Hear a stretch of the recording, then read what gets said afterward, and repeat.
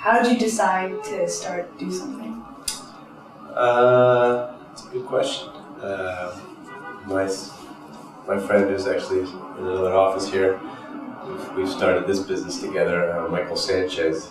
He and I grew up in New Jersey, not far from here, playing soccer together, and we were about 10 years old, and so we grew up playing soccer. Then we went over to Africa together, and we taught math and played soccer in Africa, and then he came back and went to law school, and I was ended up on a television show called Melrose Place, and it was about the time also President Clinton just gotten elected, and there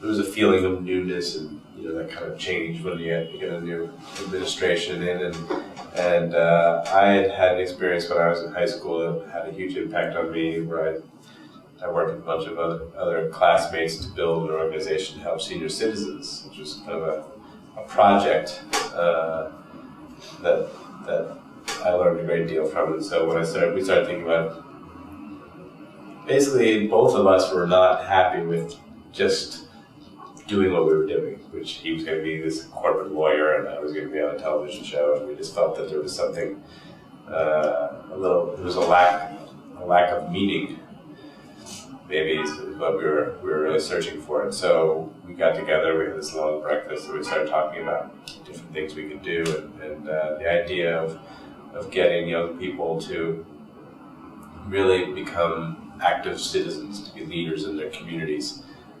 Was something we got very excited about. We met with a whole bunch of young leaders Wendy Cobb, who started Teach for America, and Alan Casey, who started City Year. We had kind of a conference of young social entrepreneurs, and they all talked about the idea that there needs to be kind of an education infrastructure to not only teach young people to be leaders in their community, so some specific curriculums and things like that, but also there needs to be a campaign to make it cool and fun and the in thing to do. And so that's what we set out to do with Do Something, was to kind of try to change culture and try to make young people think that it would be fun to get involved and work with kids that you didn't know before, different cliques. Make it fun, then also have real programs and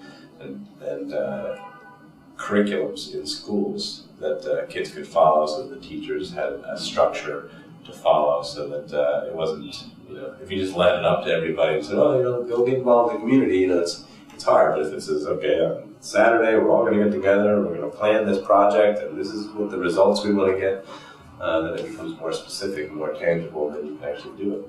So the main idea was, A, we wanted to do something that we thought could have a big impact on society, and B, we wanted to do something that was fun. And by working together, we knew it was going to be fun just to come up with something out of nothing.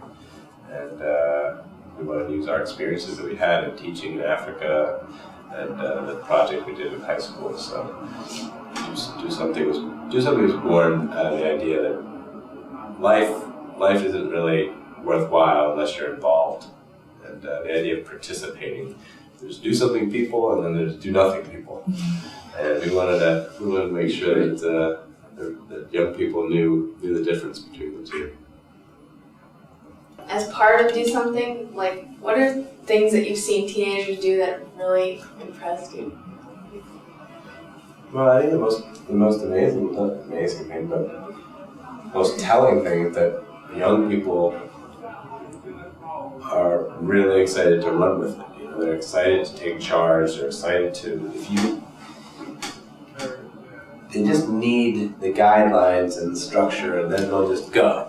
And but I've been kind of pleasantly surprised with just how much excitement there is for creating opportunities to do good that young people are willing to create, and then they get into it. The idea of creating their own town hall or their own big spring project, and working with each other is I'm just glad that our hunch was right, and that it's spreading. Literally, it's spreading by thousands of schools all the time. I remember one of the early projects that I thought was remarkable was a kid started a project in Newark, New Jersey to get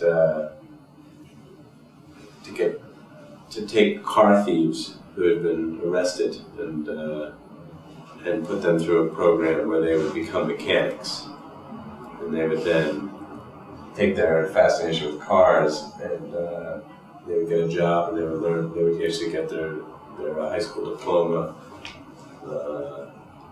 They would take their GED, and so it was kind of figuring out, okay, there's a real problem here in Newark, young kids stealing cars, and how do we get them?